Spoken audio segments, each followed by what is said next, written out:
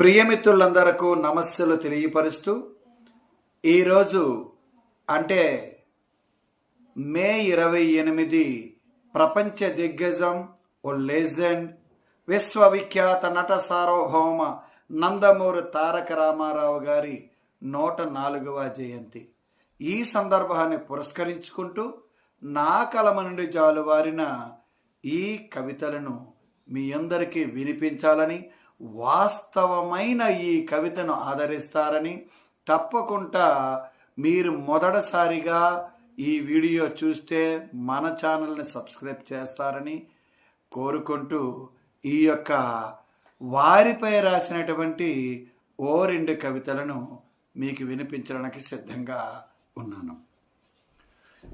ఎన్టీఆర్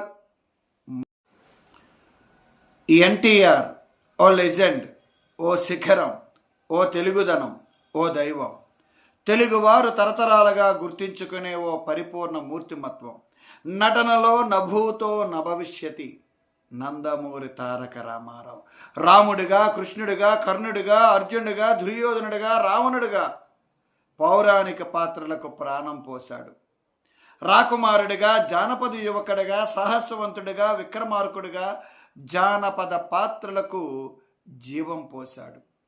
కృష్ణదేవరాయులుగా, చంద్రగుప్తునిగా, అశోకునిగా, బ్రహ్మనాయుడిగా చారిత్రాత్మక పాత్రలలో చిరస్మరణీయుడయ్యాడు.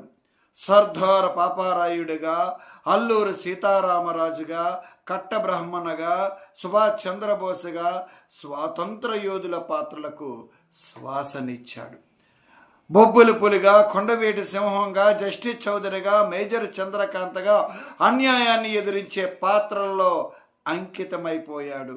యుగంధరుగా, యుగ పురుషుడిగా, గజదొంగగా, చండశాసనుడిగా, వేటగాడిగా విభిన్న పాత్రలలో విజృంభించాడు. అగ్గిరాముడిగా, సుభాషరాముడిగా, శృంగార రాముడిగా, సర్కస్ రాముడిగా, డ్రైవర్ రాముడిగా, అడవి రాముడిగా రామారావు గారికే సాధ్యమయ్యే పాత్రలో రంజింపజేశాడు.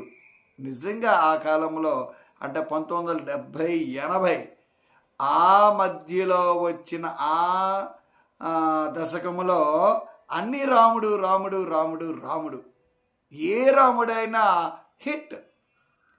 అది రామారావుకే సాధ్యమైన వాస్తవమైన విషయం. బృహన్నలగా, భీష్మునిగా, విశ్వామిత్రుడిగా, వీరబ్రహ్మణగా, బడిపంతులుగా, అశోకుడిగా, గుడ్డివాడిగా, నడ్డివాడిగా భలే పాత్రలో బల అనిపించాడు. ముఖ్యంగా ఒక కవివర్యుడిగా కూడా ఈయన చేశాడు. కవి సార్వభౌమ శ్రీనాథుడు, నట సార్వభౌమ నందమూరి తారక రామారావు కవి సార్వభౌముడు శ్రీనాథునిగా చేయడం యాదృచ్ఛికమేమో. వారి జీవితం వీరి జీవితం దగ్గర పోలికలే ఉన్నాయి. అందువల్ల ఆ పాత్ర చేయవలసి వచ్చిందేమో. నిరుద్యోగిగా, ఉద్యోగిగా, అధికారిగా, రైతుగా, పేదవాడిగా, ధనవంతుడిగా సాంఘిక పాత్రలో శభాష్ ఎన్టీఆర్ అనిపించాడు. అన్నగా, తమ్మునిగా, తనయునిగా, తండ్రిగా, తాతగా అనేక పాత్రల్లో అశేష నీరాజనాలు అందుకున్నాడు. ఇలా ఎన్నెన్నో పాత్రలకి జీవం పోసిన అసలు సిసలైన మహానటులు పద్మశ్రీ విశ్వవిఖ్యాత నట సార్వభౌమ నటరత్న నందమూరి తారక రామారావు గారికి ఖచ్చితంగా భారతరత్న ఇవ్వవలసిందే. ఇది వాస్తవం. ఇది ఆయనకు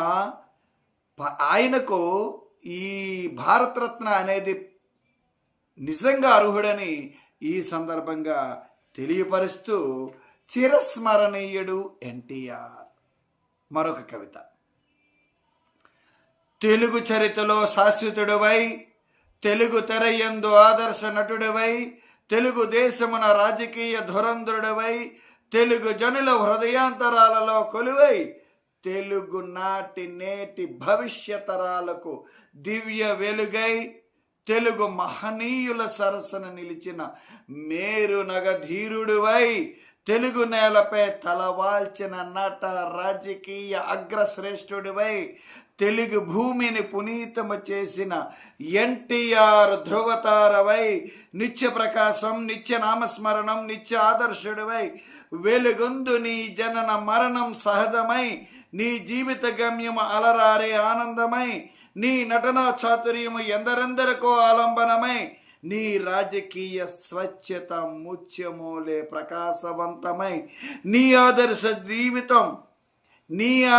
జీవితం తెరిచిన అమోఘ పుస్తకమై, విశ్వ తెలుగు జనుల కీర్తిని శిఖరమున నిలిపిన ఓ విశ్వవిఖ్యాత నట సార్వభౌమ, ఓ నటరత్న తెలుగు సింహమా, ఓ రాజకీయ తెలుగు ప్రపంచనమా, ఓ తెలుగు జాతి ఉన్నత ధీరమా, తెలుగు జాతి ఉన్నంత వరకు ఆ చంద్రార్క నిత్య గమనం వరకు నీ నామం నిత్య సంజీవనై, నీ నామం నిత్య నానుడి అయి, నీ నామం నిత్య తేజోమయమై, తెలుగు జాతి ఆత్మగౌరవం విశ్వవ్యాప్తము చేసిన ఓ చంద్రబింబాననా.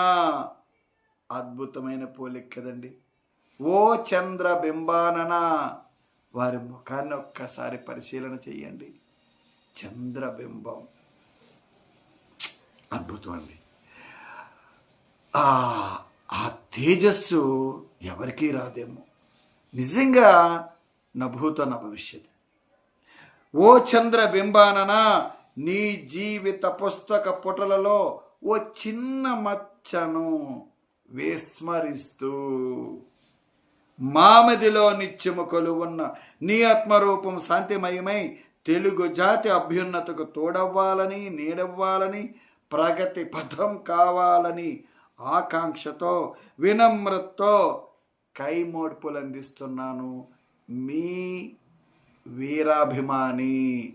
అప్పుడు ఇప్పుడు ఎప్పుడు నిజంగా కొండవీటి సింహం. అప్పుడు నా వయసు 9 సంవత్సరాలు ఎంత అనుకుంటాను. ఆ వయసులోనే మీ సినిమా చూడడానికి క్యూలోకి వెళ్ళాను. మీ యొక్క ఆశీస్సులో ఏమిటో మరలా పునర్జన్మ ఎత్తాను. తొక్కిసలాటలో తొక్కబడ్డాను. అయినా ఈ రోజుకి మీ ముందు మీ గురించి 104వ జయంతి సందర్భంగా ఈ కవితలు, వాస్తవమైనటువంటి సహజమైన కవితలు చదివే భాగ్యం మరలా మీరు కలిగించారేమో. కొండవీటి సింహం మర్చిపోలేని అనుభూతి అది, నిజంగా అద్భుతం. మరి ఇలాంటి అద్భుతమైన మేరునగధీరుణ్ణి వారికి నివాళులు ఈ సందర్భంగా అర్పిస్తూ ఎప్పుడు మా మదిలో కొలువై ఉండాలని, మీ నామస్మరణం నిత్యము తేజోవంతం కావాలని మనస్ఫూర్తిగా కోరుకుంటూ మీకు మరొక్కసారి ఘన నివాళి